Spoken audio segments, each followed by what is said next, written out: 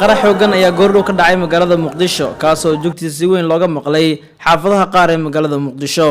qarax ayaa waxa uu si gaar ah uga dhacay kontaroolka lagu baaro gaadiidka aada madaxtooyada Soomaaliya ee sayidka halkaas oo ah meel aad u mashquul badan. gaariga qarxay oo nuuciisa lagu sheegay Sayruf ayaa si xoog ah kaga tallaabay kontaroolka booliska ee isgoyska Holwadaag waxaana qaraxaasi ka dhashay khasaare kala duwan. xilliga qaraxa uu dhacay waxaa xarunta baarlamaanka ee golaha shacabka ka soo baxay xildhibaanada oo u soo dhamaaday kulankii baarlamaanka ee maanta. mid ka mid ah darawalada kaxeeya gaadiidka gurmadka degdega ah ee gobolka Banaadir ayaa inoo sheegay tirada dadka ay qaadeen. waxa uu inoo sheegay in 3 qofood ay qaadeen oo 2 ka mid ah dhaawacoodu aad u liito. waa maxamed cali xuseen ka tirsan waaxda gurmadka degdega gobolka Banaadir meeshaan qaraxa ka dhacay daaw waxaan qaadnay 3 qofood oo dhaawac ah oo aad 2 ay garaabta u tahay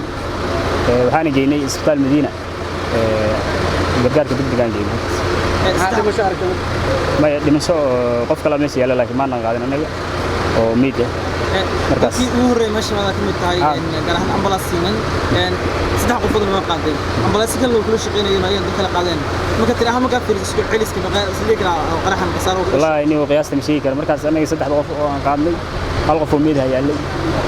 ambulance kale waa joogeen amin ambulance badan joogay والله غير gargaarka degdega la qeybta casi waxba joogay ambulance kala joogay oo mala gurmanay ambulance waa badan yihiin dadka qaadana askar ahay shacab ahay ma shacab ahay shacab ay ka warba